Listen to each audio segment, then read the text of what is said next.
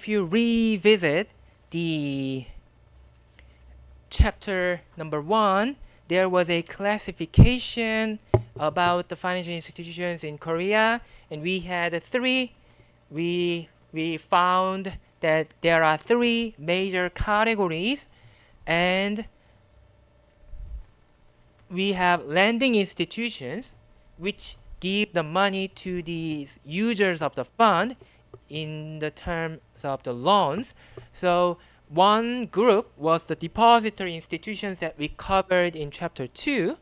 And in the depository institution, we have banks and savings banks and credit unions. And now, in this chapter, we are going to look at the non-depository lending institution in Korea, which are often translated as finance companies or capital companies.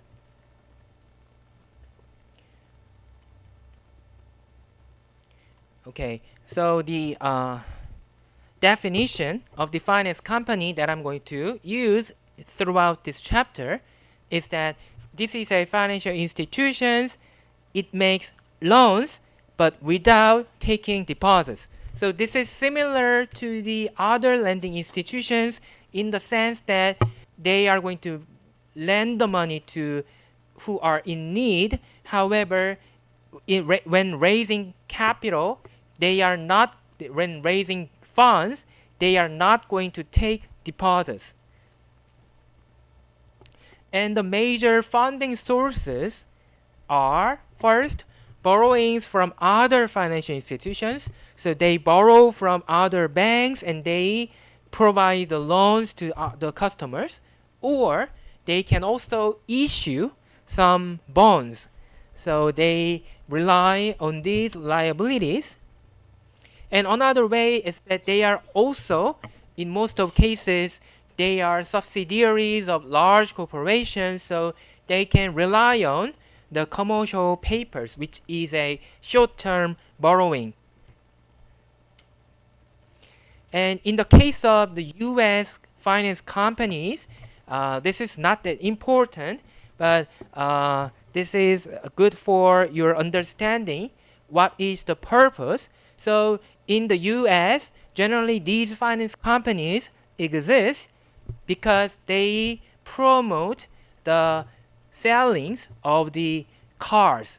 So as I once said, in the America, you need to have a car because the public transportation system is not that good in the America. So you need to ride and you need to buy some cars and you need some money. And in that case, you can borrow the money from the bank, but at the same time, another option is to borrow from these finance companies. So in the case of consumer loans, most of them are for the motor vehicle loans, and they also engage in the real estate market. And in the case of the business, for the corporate consumers, corporate customers, they also lend the money for the corporations when they need to purchase some vehicles. So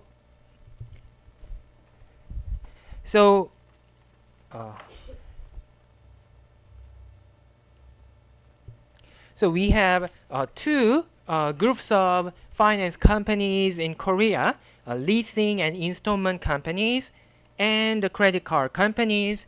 And leasing and installment companies, they are also called as blah blah capital. So for example, Hyundai Motor Capital, or and so these are the example of the leasing and installment companies.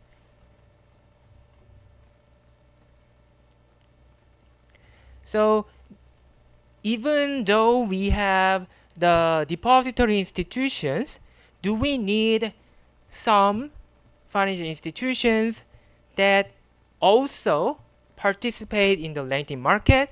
The reason why they exist is that sometimes banks and depository institutions are not that convenient.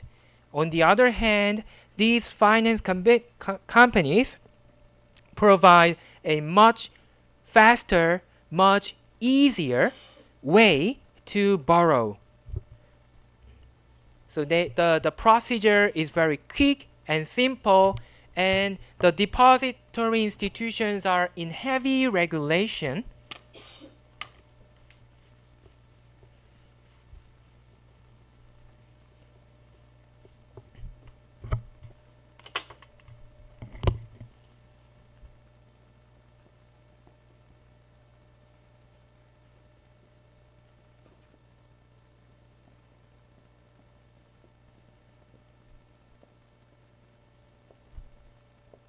So they are under heavy scrutiny, heavy regulation from the government generally.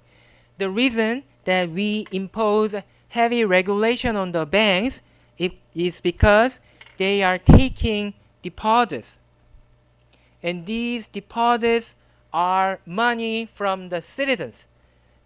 And the citizens include not only wealthy individuals, but some ordinary people. So if banks do wrong, they are going to lose the money, which is critical to our country. So in order to protect the consumers, in order to protect those ordinary people, we impose heavy regulation on the banks. And because we have a heavy regulation, even if those banks want to make a lot of money, they are restricted. So they need to avoid a riskier loans, and they need to avoid investing in complicated financial securities. However, that may not good for the borrowing entities. So therefore, we have the finance companies which is not relying on the deposits. So therefore, they don't have stringent regulation. So they are free in their actions.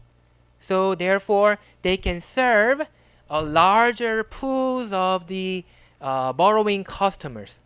So we have a check and balance between these two groups. So they are complementary to each other. So the regulation is not too strict. So even if you were rejected by a bank, you can borrow. You may be able to borrow from that finance company. But there comes always in the financial markets, when you have a more convenient way, it is much riskier. So you need to consider the two things together always. So if it is convenient and if it is more easily accessible and there is a drawback, the drawback is the higher interest rate. So you were rejected from the bank, which means you are riskier, you are less credible, and then it is natural for these institutions to charge higher interest rates on you. So generally, the interest rate from the finance companies are higher than the banks. And another reason of the higher loan interest rate is because they don't have access to deposits. So deposits are, for the financial institutions, deposits are always the best number one funding sources because they are cheaper and the size is larger.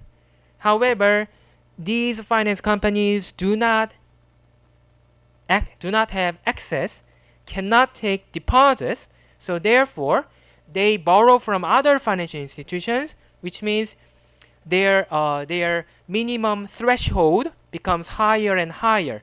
So because they are going to pay more, they need to earn more.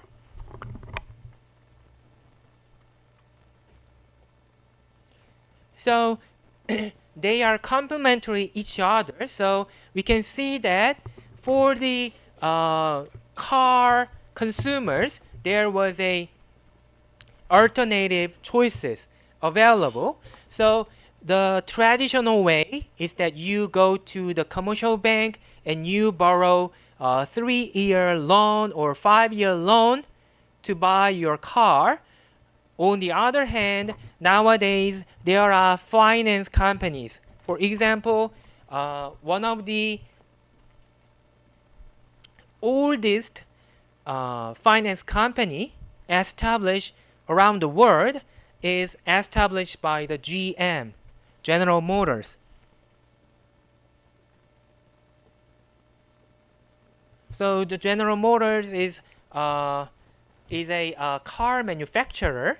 So in order to promote the purchases from that company, they established the first and the oldest finance company, GM Capital. And when the customer visits the GM, they suggest you can borrow it from your bank or we can give them money. From you use our finance company, then you can easily purchase new car. And what you can do is just to pay regularly. It is more convenient, so you don't have to visit your bank. So there was a competition. So sometimes the bank's interest rate is higher, but sometimes depending on the period when especially when these car manufacturers try to promote their sellings, the loan interest rate from the finance companies become lower, so people go there and buy a new car.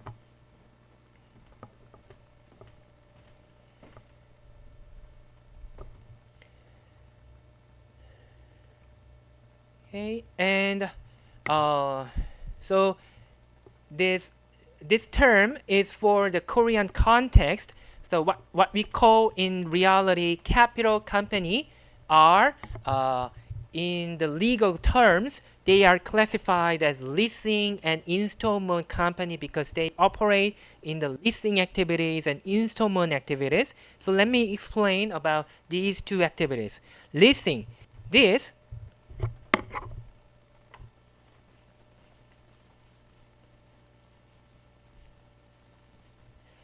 these leasing and installment or making loans, they are from the fundamental perspective, they are all the same. This is a borrowing from the financial institutions, but the specific methods are slightly different. So let me first explain about traditional loans. Let's say there is a company and it needs a factory. So let's say it requires $1 million. However, the company does not have sufficient cash, so it borrows from the bank. Then what happens is that first, bank will give $1 million as loan, and the company will use this $1 million to buy the factory or to invest in that factory manufacturing, and later the company will pay the interest and the principal to the bank maybe 3 years later or 5 years later. So this is a traditional loan making process. But there is also a second way, which is, let me talk about the installment first. So the company again purchased the factory using $1 million. However, here the finance company is here, and this company, instead of the company, will pay the specified $1 million. And then regularly, on a regular basis, for every month or every year, the company will pay a small portion of the principal and the related interest to that finance company. So this is the instrument. And the third way, let me use here, is leasing. So again, we have a company, and we have a finance company, and we have a factory. So this is similar to the instrument. So the company needs to purchase this. However, instead of the company itself, the finance company will pay $1 million. And the tricky part is that the ownership of this factory belongs to that finance company, and they agree to borrow the factory from the finance company. So technically, the factory is owned by the finance company, and the company pays the money to use the factory. However, this is essentially the same as the previous two cases in the sense that company utilizes the factory. So this is the big differences among loans, installments, and leasing. So fundamental, if you look at the fundamental aspect, these are all the same. Company is borrowing from a financial institution. However, the way that makes it is slightly different. Here, the contract is purely between the company and the bank, but in the case of the instrument, the finance company pays it, however, later company pay it back, or in the third way, the finance company purchase it and they charges the fees for the usage of that factory. So it seems slightly different in the accounting method, but they are all lending and borrowing activities. So that's why we classify finance companies with the same group as the banks, because they are fundamentally the same.